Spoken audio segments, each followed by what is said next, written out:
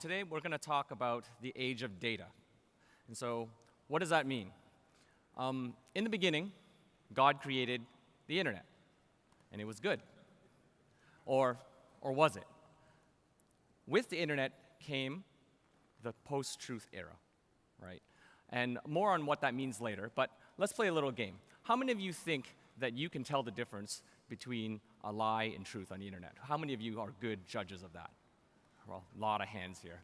Okay, well, a couple of you. Let's play a little game. Throughout the course of this presentation, you're going to see some quotes, some famous quotes from famous or infamous people, and one of them will be a lie.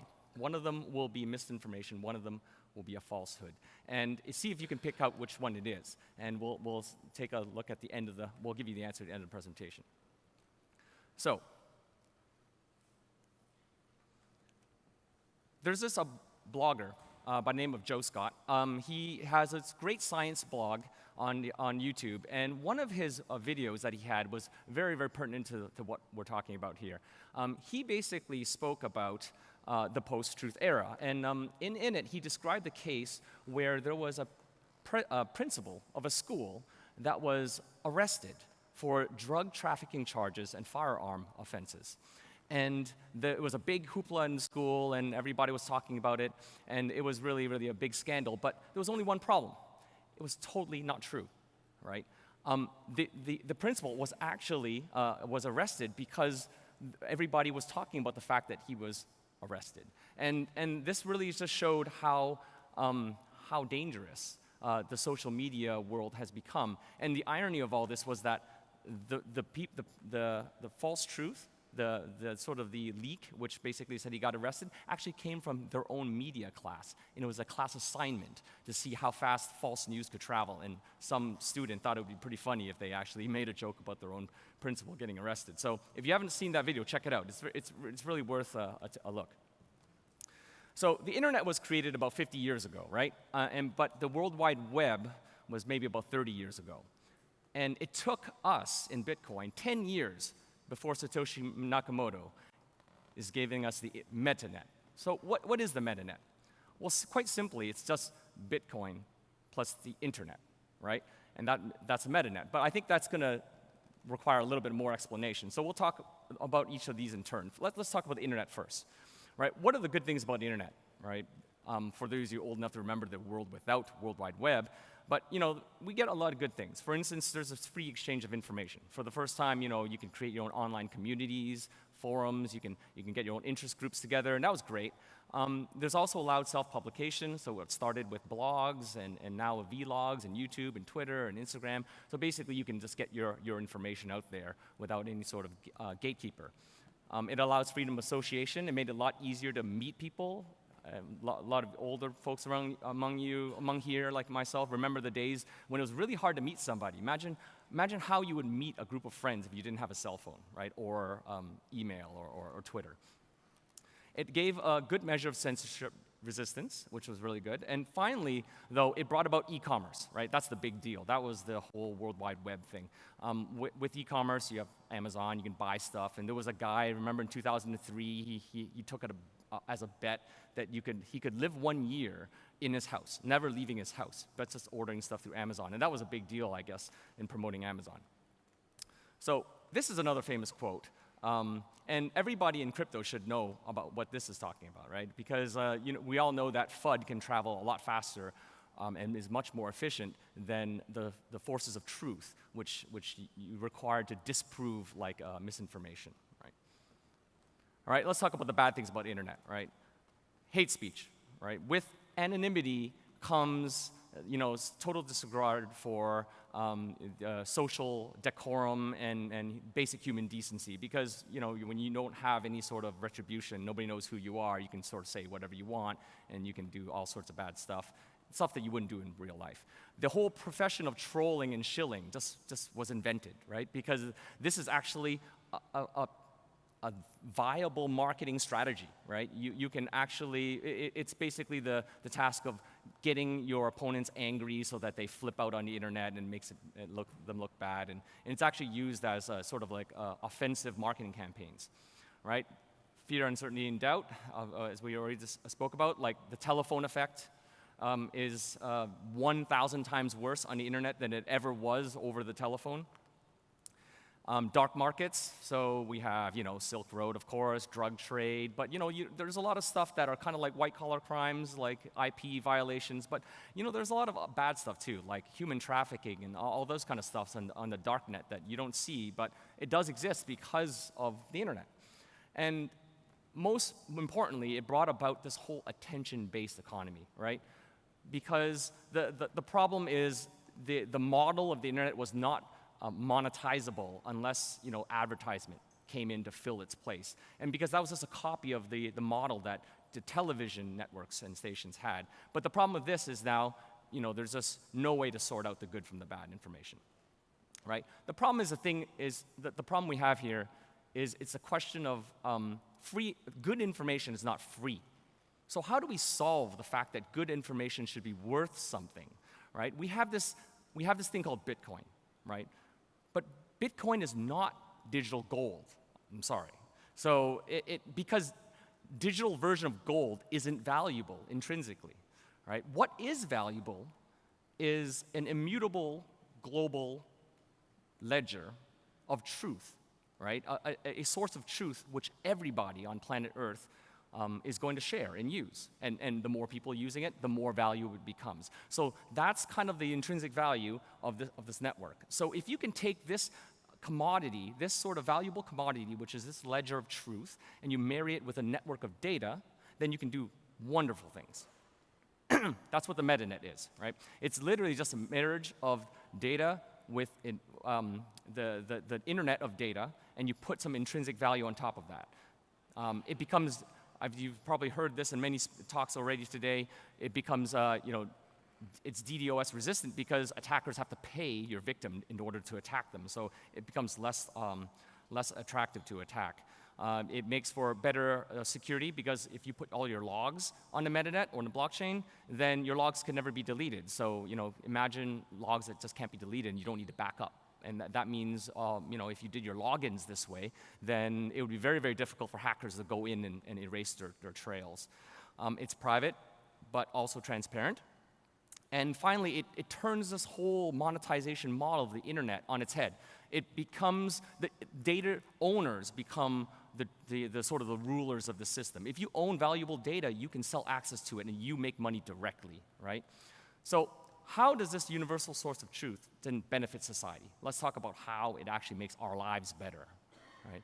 First things off, it makes copyright infringement a lot easier to police, and I think given recent events, I think we can appreciate how it would be really nice if you can automatically just solve, you can see who registered what and when, and there's no disputes there. It simplifies tax accounting. Imagine if all your books and all your cash flows of a business was done because all your ledger was on the internet, on the metanet. And then imagine you can just pass your auditors public keys, and then they would be able to find all your transactions and do your accounting for you at the end of the year. It makes corporate finance a lot more transparent, so that's also good. And also, you can structure, your company and governance, and everything can be done in in the same fashion that's transparent. And it makes for the true global marketplace, because now you can sell your data from anywhere in the world to somebody else in the world, right? Without an intermediary. If it is a pure, sort of data content asset.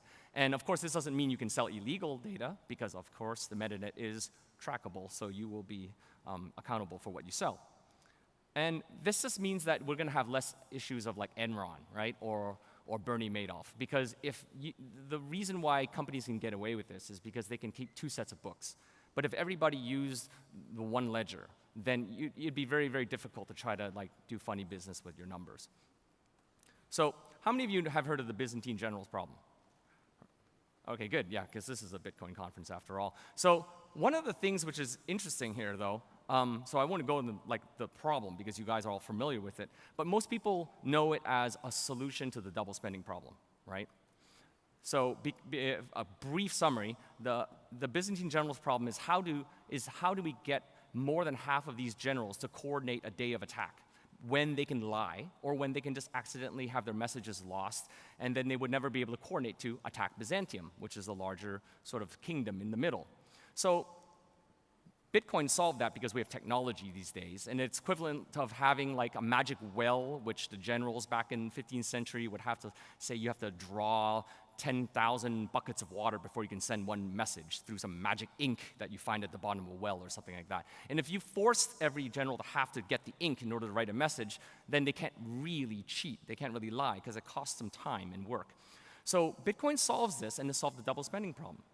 But what people may not realize is if we've solved the Byzantine generals problem, that really means we've solved the problem of coordination of a group of minorities can always get together reliably in order to overthrow an oppressive majority ruler or government or kingdom or hash cartel.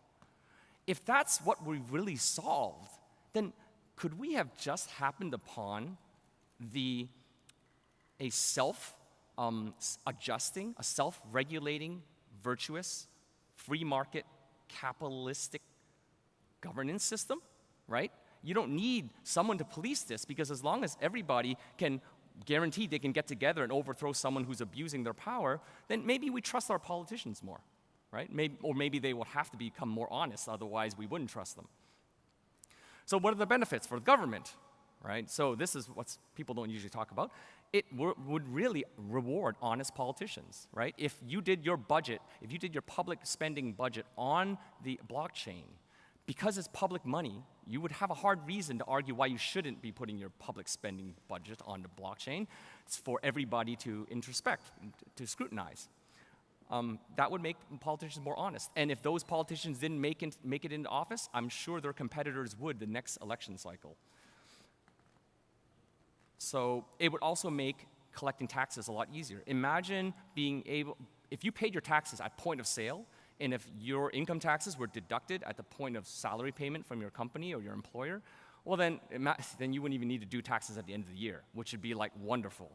I mean, not really wonderful because, not a lot of people forget to report taxes, so maybe a lot of those people would have less income. But I would argue that because of that, the government would obviously collect a lot more taxes. There'd be a higher tax participation rate, but that would actually counterintuitively, I believe, result in lower taxes. Because the government or your congressman or minister of parliament here, they would have a hard time arguing why, since they have a 300% surplus in tax revenues, why they shouldn't lower the tax, maybe split the difference, 25% for the people and 25% for the government, so we split our savings or something like that. It'd be very hard to argue why you wouldn't be able to lower taxes then, because the government's collecting so much more. So it all goes back to a question of scaling, right? And because none of this really works unless we have scale. And because once we have scale, which means people are using it for real things, for tracking, logging. Once we have use, we have utility. And once we have utility, we have value. And then we basically have this sort of utopia of value and data. So it goes back to the last quote here. Someone once said, all issues in Bitcoin and associated systems, including those of privacy and node incentives, are solved at scale, right? And so we already have the foundations built. The MetaNet foundations have already been laid. All it takes now is for people to go out there and use it. Thank you. Oh, I almost forgot. Did anyone know, who thinks, which quote was a lie? Which quote was a falsehood? Anyone say this one? No?